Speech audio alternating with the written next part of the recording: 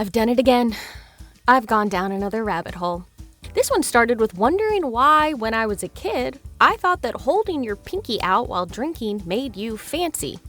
Brought me to reading about syphilis and a fruitless search for which British king had it, and ended in the resignation of a prime minister.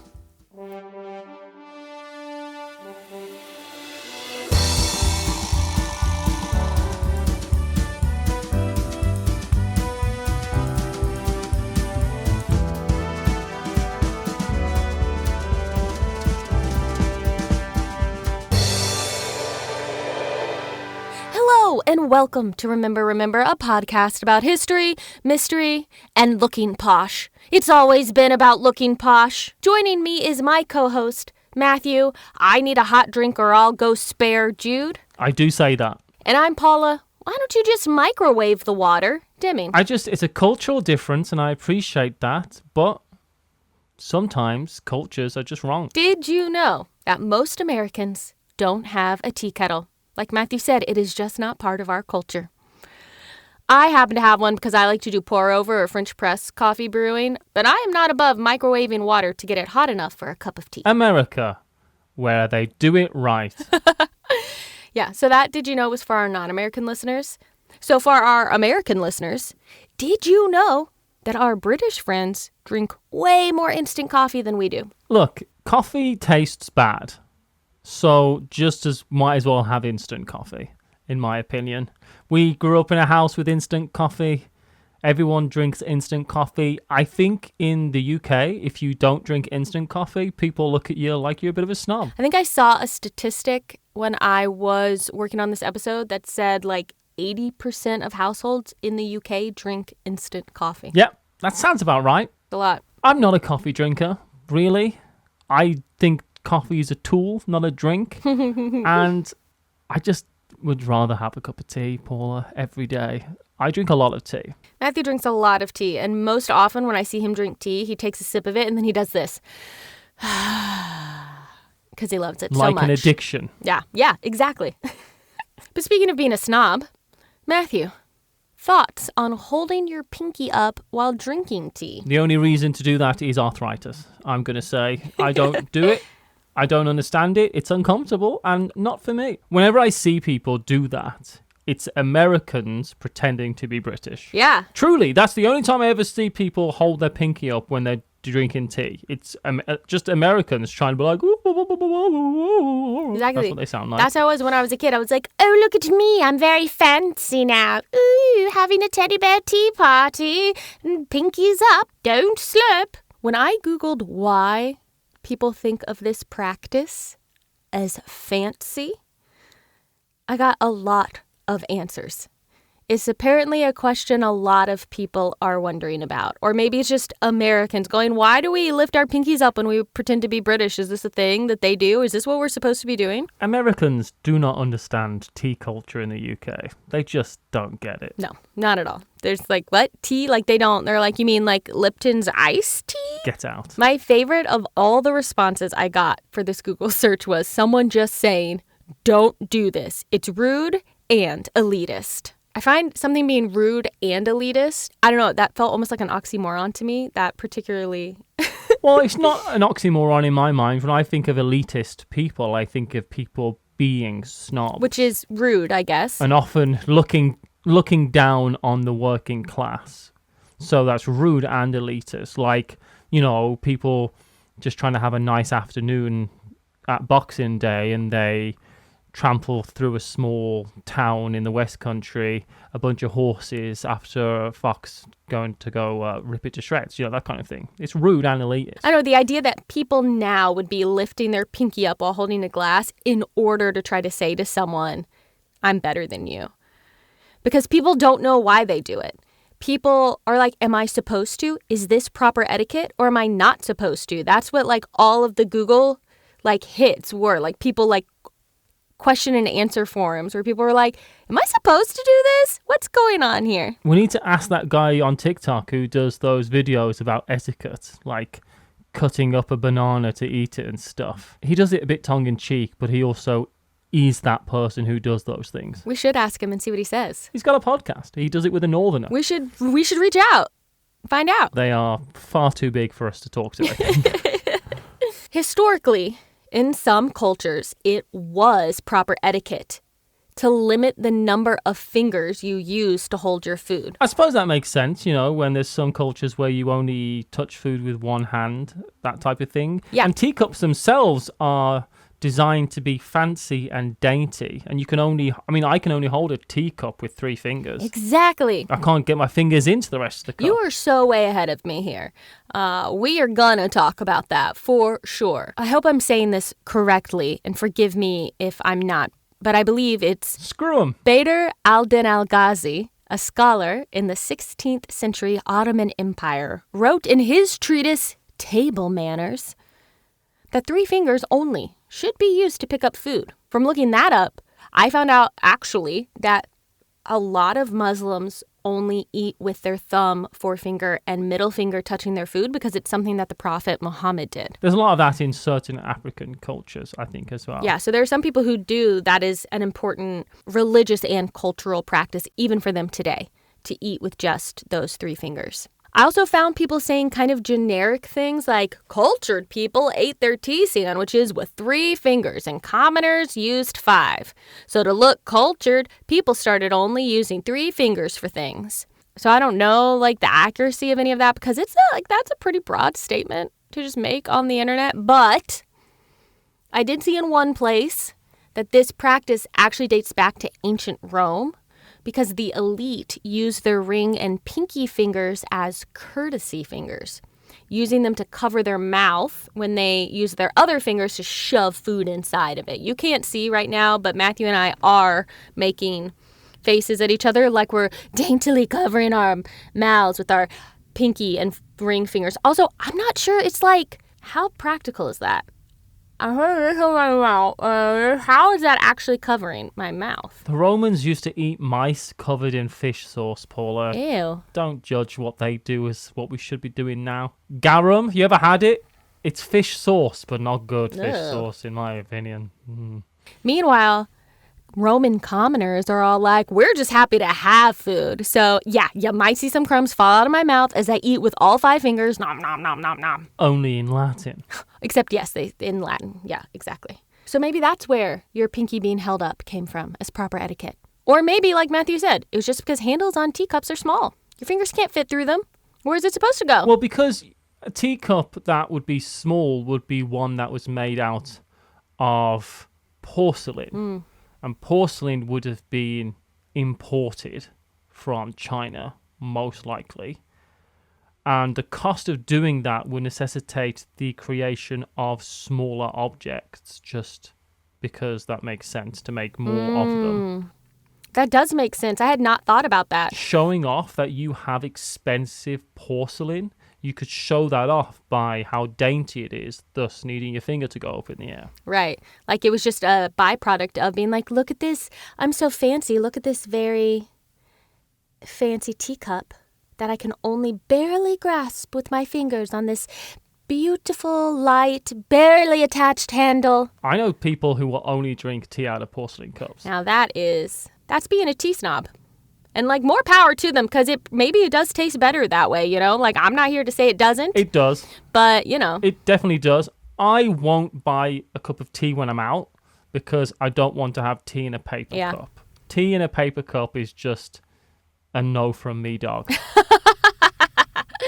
Well, it's like there are different kinds of wine glasses or different kinds of beer glasses for different kinds of those beverages, right? That are supposed to impact the way you smell the drink as you're having it, the way your hand does or doesn't warm the liquid in it. There is legitimate science to drinking out of a specific cup. Did you know you're not meant to drink champagne out of a champagne flute? What? Champagne shouldn't be drank out of a flute. What should it be? What should you use? Because I would think that would keep... A wine glass. What? Why is that? Because I would think the champagne flute is to keep the, bubblies, carbonation from going up your nose when you drink it, which seems like a good thing. All I know is I saw someone talking about this, and I was like, Yeah. Apparently you shouldn't drink. I'm looking it up. Look it up, because this is skeptical Paula is skeptical. But I'm here to have my mind changed. And I got more cup shenanigans to talk about too. The narrow shape doesn't allow for the sparkling wine's aroma to open up, which means you might miss one of the most important aspects of the drink. Well, then why do we even have the champagne flute? Because it's fancy. It's dainty and small and fancy.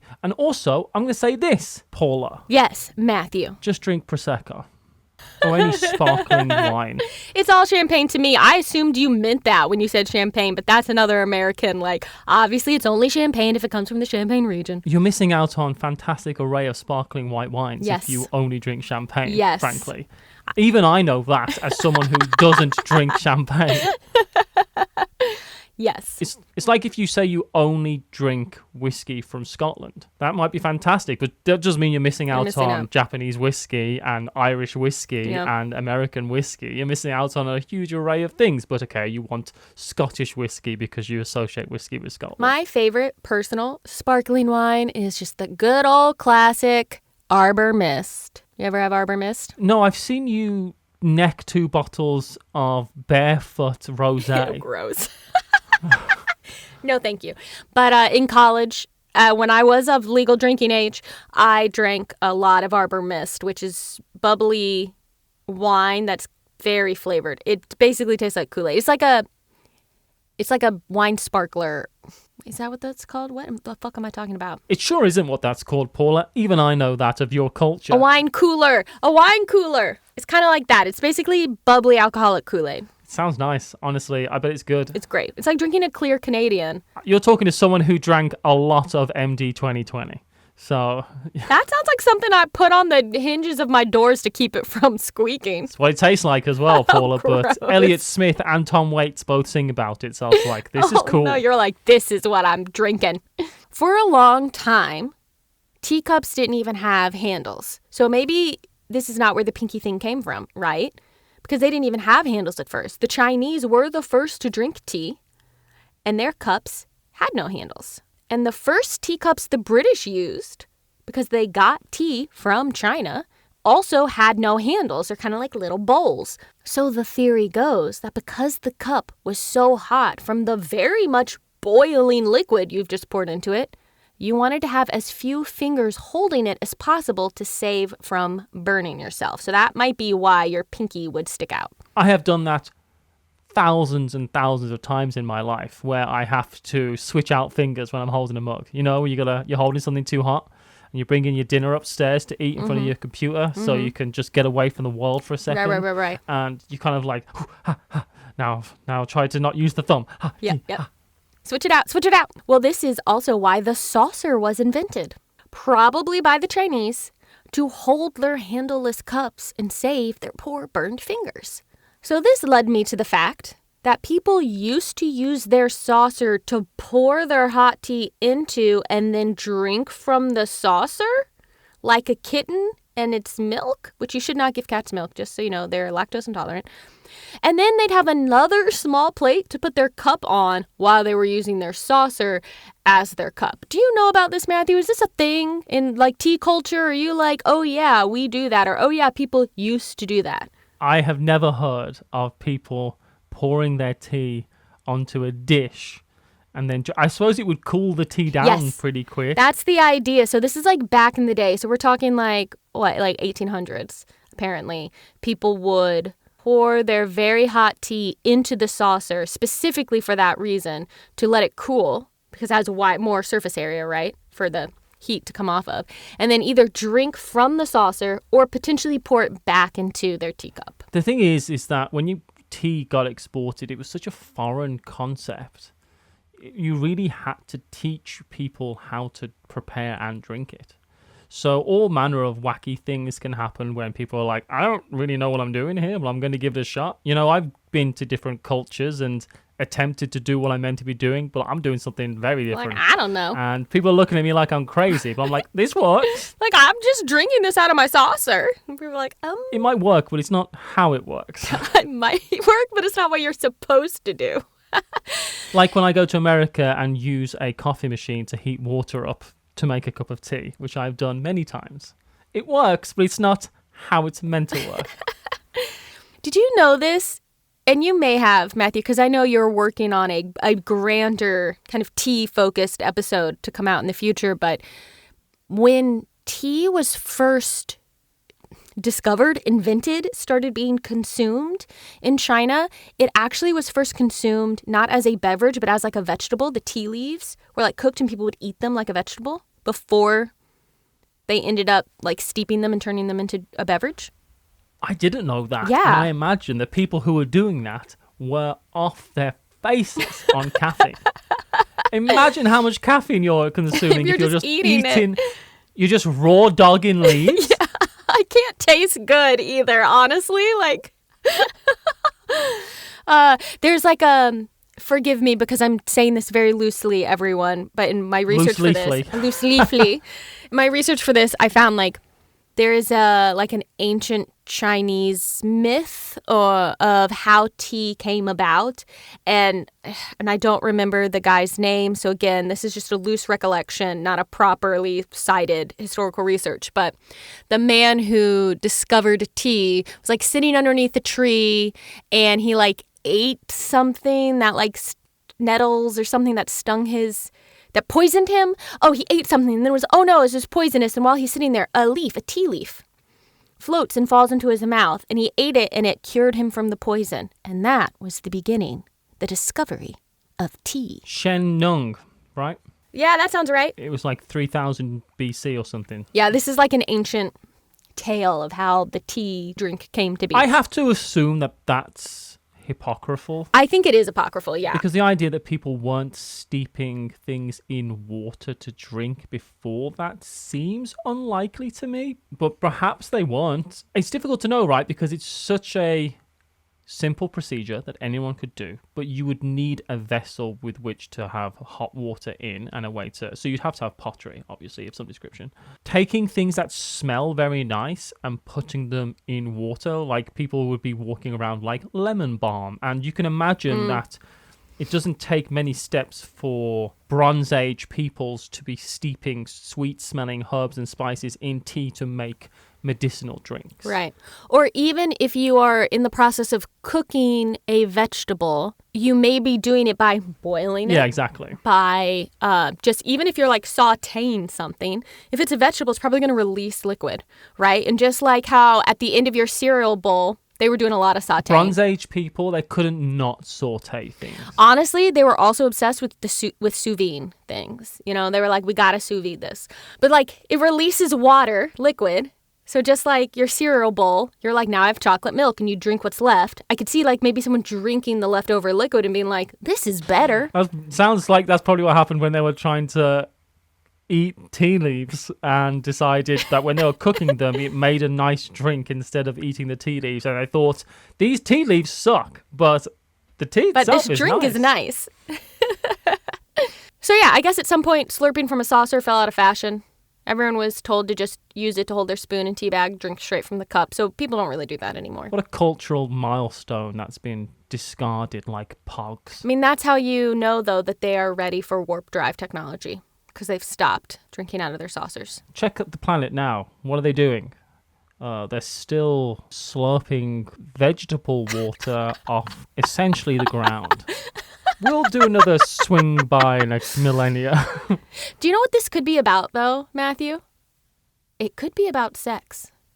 It always comes back to sex. So some people believe that women courtiers would point their pinky while drinking up toward men that they were interested in boning. And I can't see that causing any confusion or misinterpretation at all. She pointing at me? No, I think she's pointing at me, man. Dude, she's totally pointing at me. I don't know, that pinky, it's kind of like it's facing me. She's giving me pinky eye. Oh, careful about that, though. Man, that's actually, you don't want that. So on the flip side, the French court of King Louis XV ran rampant with syphilis. I'll say this, I don't believe the pointing at people you want to have sex with thing for a second. I don't think so either. I think that's a mess. But I wonder if you'll believe this. So, syphilis messes with your joints. So eventually, your pinky would not bend when you picked up a glass or a petit four.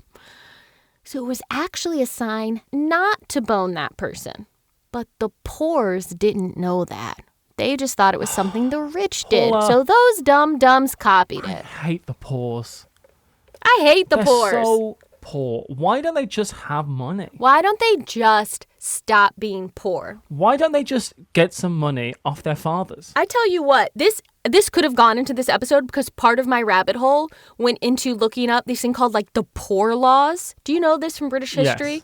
Yes.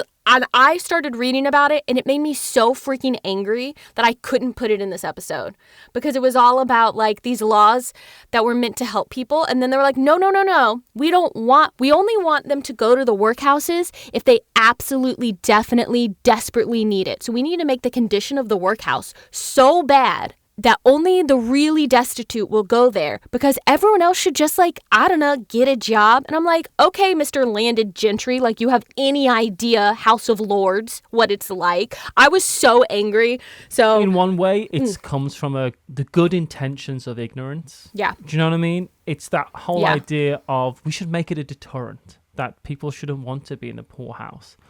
And we still do that today with benefits. We still do that. And the thing is, it's like, here's the deal. No one wants to be in the poorhouse. I don't care how appealing you try and make it. No one wants that. People want to feel like they are able to take care of themselves. Sometimes they just need a little help to get there. Okay, end rant, but it made me so angry. In high school, what everyone in the UK studies about is the corn laws. Oh. Which is all about farming Yeah. reform. And I think I want to do an episode because everyone in the UK instantly falls asleep when anyone says the words the corn laws. So I want to make an episode to prove to high school teachers, secondary school teachers. I went to a high school in the UK. It's a weird thing.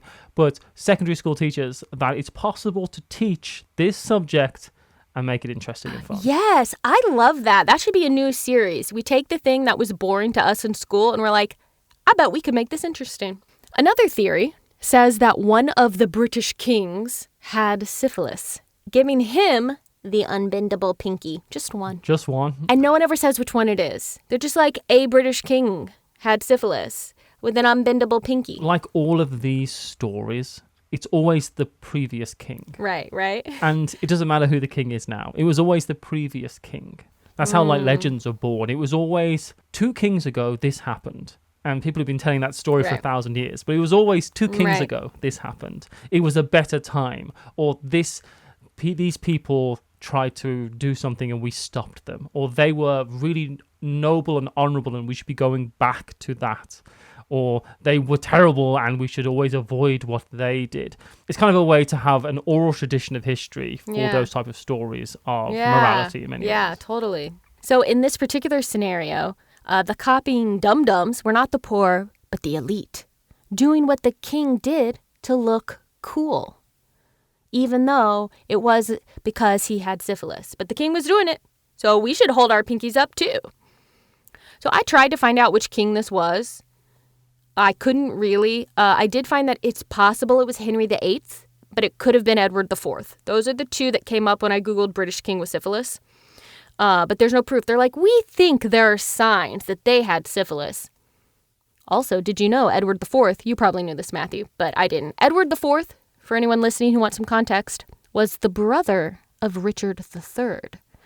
That's a totally different kind of rabbit hole, and I'm kind of fixated on the pinky right now, so we'll talk about Richard III later, his glorious son of York. It kind of reminds me of, they're called poulain, I think, or polain. It's French. They're these shoes that were really popular the 13th and 14th century, these shoes. And it kind of spread to the gentry and the upper class. And then it was popular with, Richard II, Anne of Bohemia, and those type of people. And these shoes they became a status symbol. And the more pointy they were and the longer they were. And it's just one of those things, it's just so out of hand that people couldn't walk. And eventually they got outlawed in some places. Here's what I thought you were going to talk about, which is the thing I saw in this. I can't remember, because I didn't write it down, I can't remember all the details, but there was one queen, I can't remember what country, who had a limp. So women started wearing special shoes to give them a limp so they would look like the queen.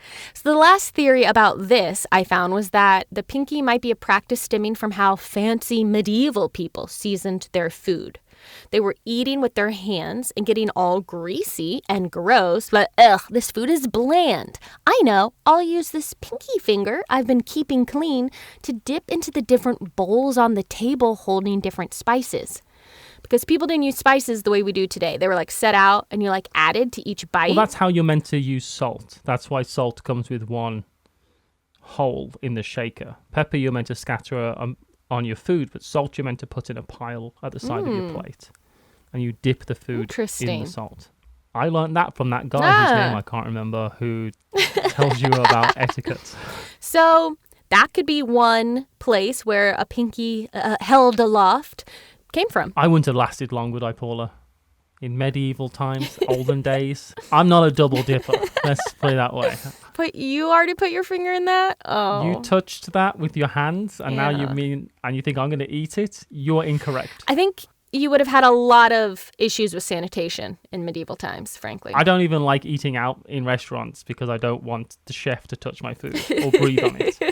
Don't breathe anywhere near my food. So while looking into all of this, I stumbled upon the difference between high tea and afternoon tea and why they're called that. Do you know this, Matthew, as a person who comes from the culture that this comes from? What frustrates me is the concept of tea time that Americans have. Because in Britain, depending on where you are in the country, it's a great divide, and people argue about this like scones and scones. We call the final meal of the day, not supper, which would be a very late, late night meal, perhaps, but some people call dinner supper. Some people call dinner tea.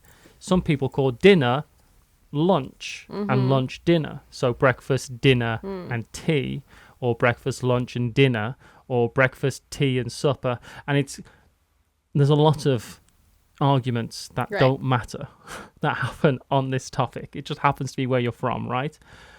But I feel like that got transposed to America for them to believe that all British people have a tea time, which must mean, because they've probably only experienced tea from Alice in Wonderland, that everyone sits down and has tea at tea time. Whereas when I say what's for tea, I mean what is for my third meal of the day. Right. I did not know until a few years ago, I think, that tea could mean dinner. And I think that this idea comes from, we just assume like afternoon tea is the thing everyone does. A common thing. It's truly not a common thing. Right.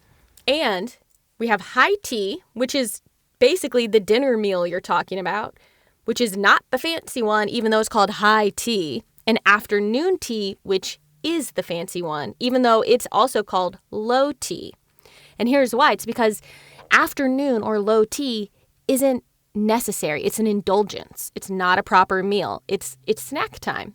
So that makes it fancy because you don't need it. It's fancy cakes and scones. We went for afternoon tea when we went to Betty's in Harrogate together. That would be afternoon tea. A completely superfluous meal that you don't need to have. And apparently because of that, and it's like little snacks and things, it's served on lower tables, like a coffee table rather than a dinner table. Hence the name low tea. Oh, so it's literally the height of the table is why it's called high and low tea. And high tea, according to my source here, is for when you've come back from a day of work and you need a hot drink and a meal. And I don't mean slices of cucumber between breads cut into adorable triangles. You know what I mean? It's the kind of proper meal that you serve at high tables with high-backed chairs. High tea. So high tea is what I have every day then, because I call my third meal of the day tea. Yeah. What's for tea? You have high tea every day.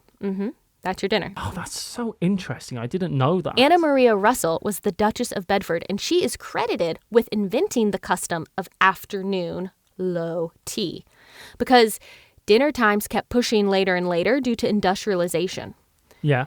So people were working longer days, and she was hungry, damn it. So she started this in the 1840s as a little way to like have a snack and tide her over between their light lunch and their late dinner. It's like when you go to Spain and you think, why isn't anyone eating dinner yet? Yeah, and they don't wait until like 9, it's 10 9 o'clock. Yeah. I need to go home. I'm ready for bed. I'm going. I'm leaving. So she was BFFs with Queen Victoria. So Queen Victoria, right? Who wasn't? Well, that comes up. Queen Victoria picked up this practice of afternoon tea. And just like with royal syphilis finger, everybody started doing it. Don't call it that, Paula. Don't call it royal syphilis finger. I'm against that. So this led me to some political things I'm going to tell you about. You might know about this, but I sure didn't. So Anna held the title of Lady of the Bedchamber from 1837 to 1841. Now, what the heck is a Lady of the Bedchamber? Basically, official bestie for life to the Queen. Which isn't entirely accurate because the Duchess of Bedford was only Lady of the Bedchamber for 4 years. And according to a list I found on Wikipedia, Queen Victoria had 36 different Lady of the Bedchambers during her reign. So she was a pretty fickle friend. It really was a position of go-between for the Queen and her women of the bedchamber, which are basically like ladies in waiting. They helped the Queen get dressed. They helped her bathe. They would go to events with her.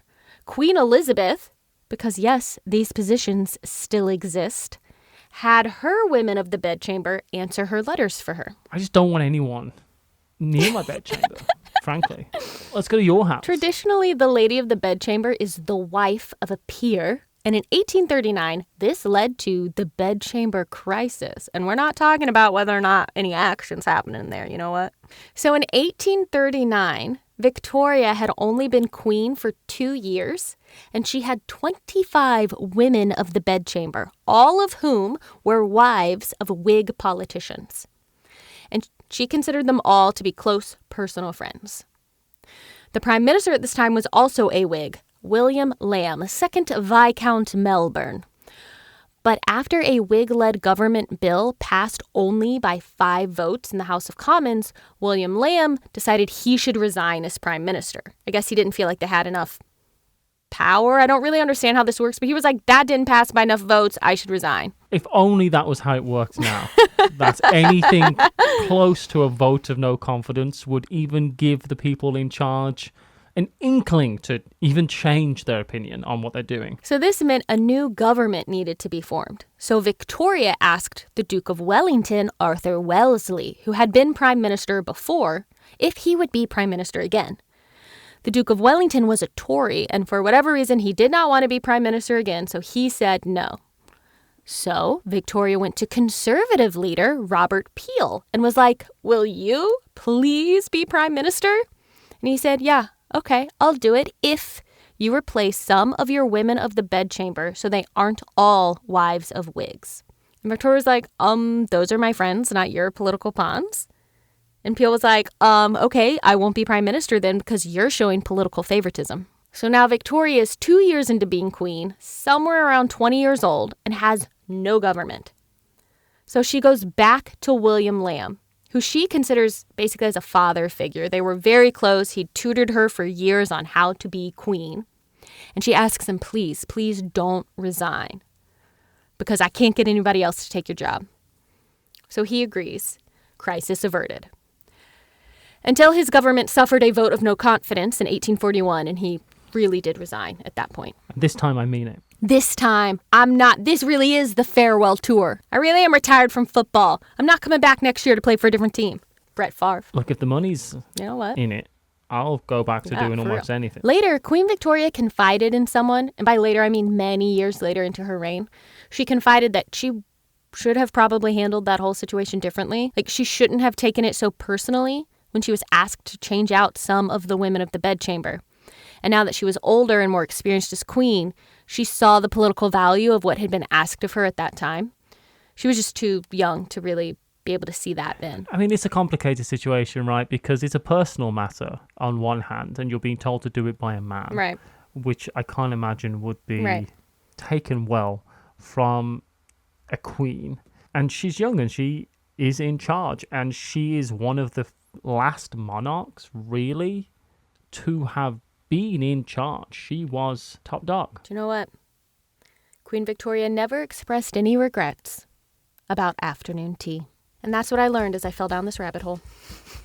Apparently, every time I do one of these, it's going to be somewhat food related because the last one had to do with the graham crackers. So, Paula, you love food. And we are very excited about going for afternoon tea in just over a month. I think we'll be back in Harrogate. Only hold our pinkies up if the cup means we have to. Only if I've got syphilis. Only if I have syphilis. I'll know. Thank you so much, Paula, for giving us this wonderful journey through the world of us, just people who I just should get a life. And I appreciate you for taking us through it.